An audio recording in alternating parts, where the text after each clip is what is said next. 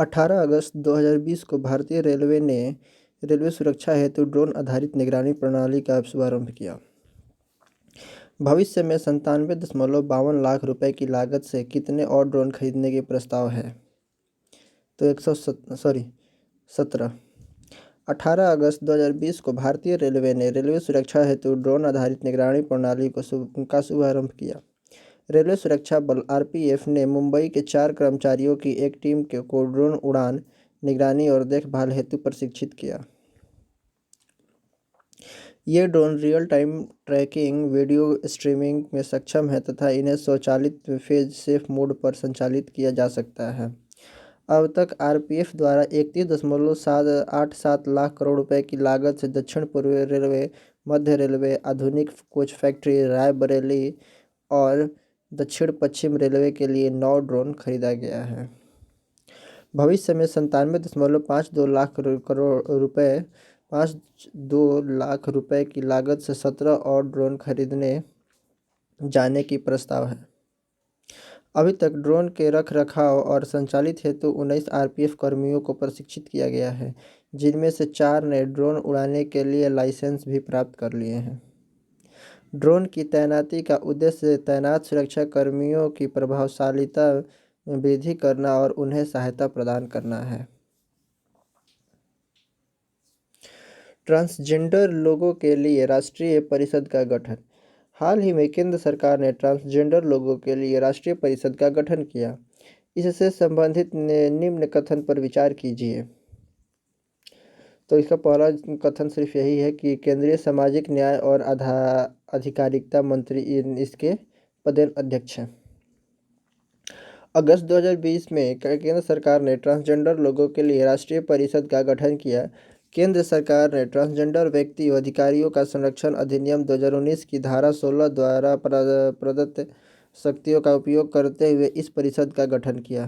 केंद्रीय सामाजिक न्याय और अधिकारिता मंत्री इस परिषद के पदेन अध्यक्ष होंगे, जबकि केंद्रीय सामाजिक न्याय और अधिकारिता राज्य मंत्री इसके पदेन उपाध्यक्ष होंगे। परिषद के अन्य सदस्यों में विभिन्न मंत्रालय विभागों के प्रतिनिधि, ट्रांसजेंडर समुदाय के 5 प्रतिनिधि, राष्ट्रीय मानवाधिकार आयोग और राष्ट्रीय महिला आयोग के प्रतिनिधि, राज्य सरकारों और केंद्र शासित प्रदेशों के प्रतिनिधि और गैर सरकारी संगठनों का प्रतिनिधित्व करने वाले विशेषज्ञ शामिल हैं। राष्ट्रीय परिषद का सदस्य पदेन सदस्य के अलावा अपने नामांकन की तारीख में 3 साल के लिए पद पर काम कर सकेगा। राष्ट्रीय परिषद निम्नलिखित कार्य करेगा, अर्थात ट्रांसजेंडर व्यक्तियों के संबंध में नीतियों, कार्यक्रमों, कानून और परियोजनाओं के निर्माण पर केंद्र सरकार को सलाह देना, ट्रांसजेंडर व्यक्तियों की समानता और पूर्ण भागीदारी हासिल करने के लिए बनाई गई नीतियों और कार्यक्रमों के प्रभाव और निगरानी और मूल्यांकन करना, ट्रांसजेंडर व्यक्तियों से संबंधित मामलों से जुड़े सभी सरकारी विभागों और अन्य सरकारी तथा गैर सरकारी संगठनों की गतिविधियों की समीक्षा और समन्वय करना, ट्रांसजेंडर व्यक्तियों की शिकायतों की निवारण करना, केंद्र सरकार द्वारा निर्धारित किए गए ऐसे ही अन्य कार्यों को पूरा करना।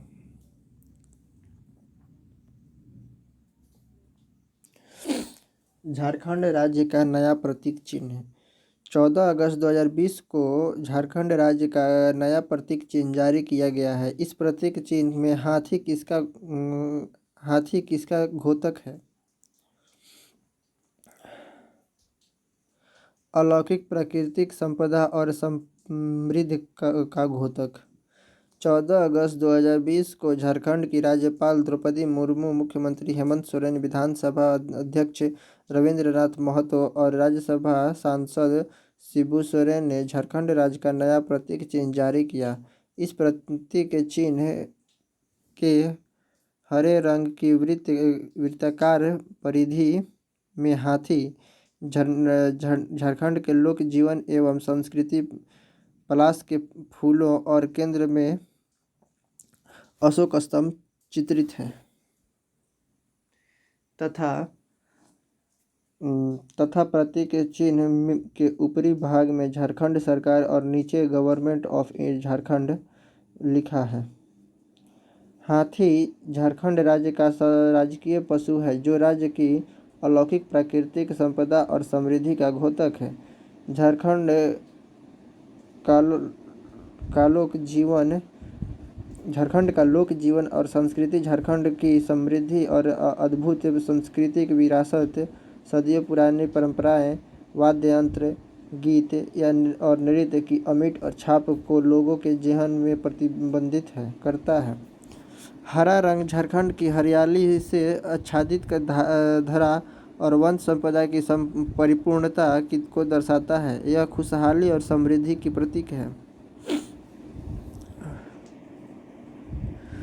3 हवाई अड्डों को पीपी योजना के तहत पट्टे पर देने की मंजूरी। 19 अगस्त 2020 को केंद्रीय मंत्रिमंडल के भारतीय विमानपत्तन प्राधिकरण के 3 हवाई अड्डों को सार्वजनिक निजी भागीदारी पीपीपी योजना के तहत पट्टे पर दिए जाने हेतु मंजूरी प्रदान की है। विकल्प में कौन सा हवाई अड्डा इनमें शामिल नहीं है? तो मुंबई, यानी कौन कौन दिया गया है? तो जयपुर, गुवाहाटी और तिरुवनंतपुरम। 19 अगस्त 2020 को केंद्र शासित केंद्रीय मंत्री द्वारा भारतीय विमानपत्तन प्राधिकरण एएआई के जयपुर, गुवाहाटी और तिरुवनंतपुरम हवाई अड्डों को सार्वजनिक निजी भागीदारी योजना के तहत पट्टे पर दिए जाने हेतु मंजूरी प्रदान की गई है। ये तीनों हवाई अड्डे परिचालन, प्रबंधन और विकास के लिए 50 वर्षों की अवधि हेतु अडानी एंटरप्राइजेज लिमिटेड को पट्टे पर दिए गए हैं।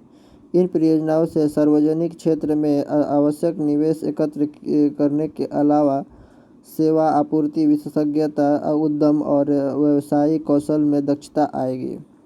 उल्लेखनीय है कि सरकार भारतीय विमानपत्तनम प्राधिकरण के दिल्ली और मुंबई हवाई अड्डे को सार्वजनिक निजी भागीदारी के तहत परिचालन, प्रबंधन और विकास हेतु लगभग 1 दशक पूर्व ही पट्टे पर दे दिया था।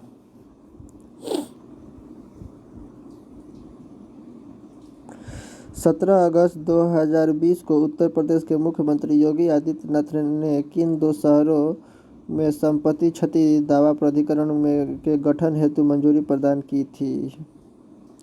लखनऊ, मेरठ। अगस्त 2020 में उत्तर प्रदेश के मुख्यमंत्री आदित्यनाथ ने लखनऊ और मेरठ की संपत्ति क्षति दावा प्राधिकरण के गठन हेतु मंजूरी प्रदान की थी। इसके गठन हेतु Uttar Pradesh public and private properties damage recovery rules 2020 की अधिसूचित कर दिया गया है। उत्तर प्रदेश दावा प्राधिकरण बनाने के लिए कदम बढ़ाने वाला देश का पहला राज्य है। लखनऊ मंडल के दावा अधिकरण के अंतर्गत झांसी, कानपुर, चित्रकूट, धाम, लखनऊ, अयोध्या, देवीपाटन, प्रयागराज, आजमगढ़, वाराणसी, गोरखपुर, बस्ती और विंध्याचल मंडल की दावा याचिका स्वीकार की जाएगी। मेरठ मंडल के दावा अधिकरण के अंतर्गत सहारनपुर, मेरठ, अलीगढ़, मुरादाबाद, बरेली, आगरा मंडल की याचिका स्वीकृत होगी। प्रदेश के किसी राजनीतिक जुलूस, विरोध प्रदर्शन या आंदोलन के दौरान यदि सार्वजनिक या निजी संपत्ति को नुकसान पहुंचाया जाएगा तो उसकी क्षतिपूर्ति की वसूली हेतु दावा अधिकरणों में अपील की जा सकेगी। दावा अधिकरण को सिविल न्यायालय की सभी शक्तियां हासिल होगी और वह उसी रूप में काम करेगा। दावा प्राधिकरण का फैसला अंतिम होगा और उसके विरुद्ध किसी न्यायालय में अपील नहीं की जा सकेगी।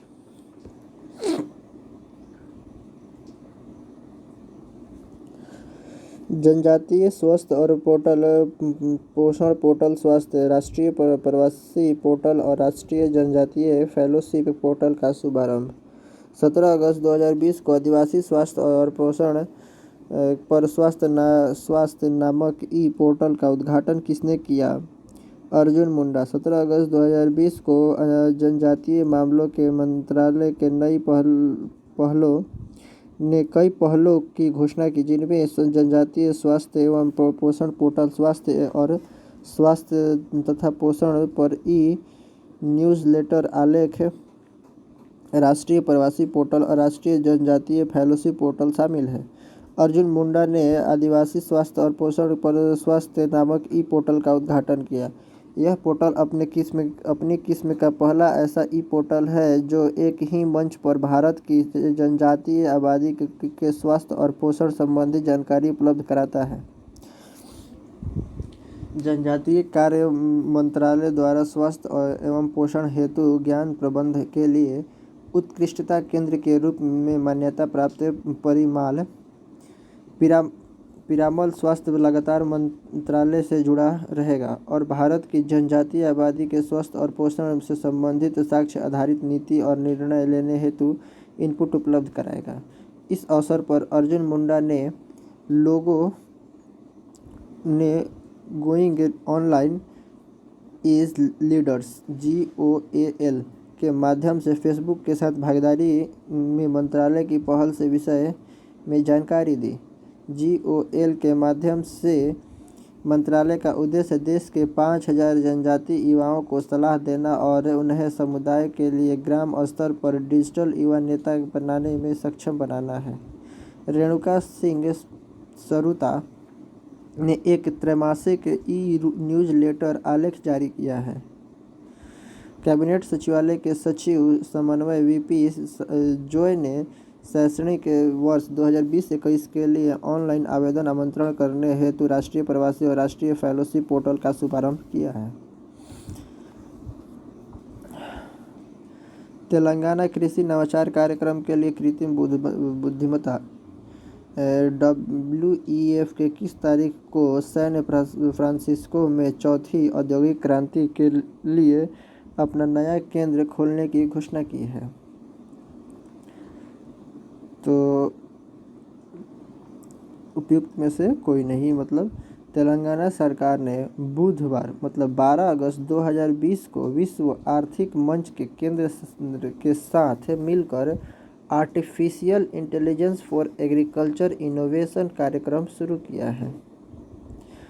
ध्यातव्य है कि राज्य सरकार ने AI तत्परता में तेजी लाने और राज्य में एक अनुकूल AI इनोवेशन इकोसिस्टम विकसित करने के लिए वर्ष 2020 को आर्टिफिशियल इंटेलिजेंस का वर्ष घोषित किया। CIR की एक टीम WEF इंडिया ने AI के उच्च प्रभाव पर उपयोग मामलों की पहचान करने के लिए प्रोफेसर जयशंकर तेलंगाना राज्य कृषि विश्वविद्यालय और राज्य सरकार की सूचना प्रौद्योगिकी और संचार विभाग के साथ मिलकर काम किया, जिसमें किसानों और नीति निर्माताओं दोनों को लाभ होगा। Centre for fourth industrial revolution CIR 10 अक्टूबर 2016 को WEF ने सैन फ्रांसिस्को के चौथी औद्योगिक क्रांति के लिए अपना नया केंद्र खोलने की घोषणा की। यह मल्टी सेक्टर होल्डर सहयोग के लिए एक वैश्विक केंद्र है जिसका उद्देश्य है विज्ञान और प्रौद्योगिकी के लाभ को गति देने वाले नीतिगत ढांचे और अग्रिम सहयोग को विकसित करना है। अगस्त 2020 में किस भारतीय राज्य के 2 तटीय गांवों को सुनामी रेड्डी प्रमाण पत्र प्रदान किया गया है? तो उड़ीसा। 7 अगस्त 2020 को यूनेस्को के अंतर सरकारी महासागरीय आयोग IOC द्वारा उड़ीसा राज्य के 2 तटीय गांवों नामतः वेंकटरायपुर यानी कि गंजाम जिला में है और नोलियासाही यानी कि जगत सिंहपुर जिला में है को सुनामी रेड्डी प्रमाण पत्र प्रदान किया गया है। सुनामी रेड्डी गांव वाला उड़ीसा भारत का पहला राज्य बन गया है।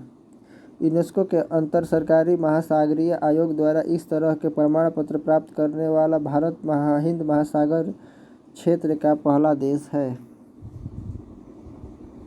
धन्यवाद।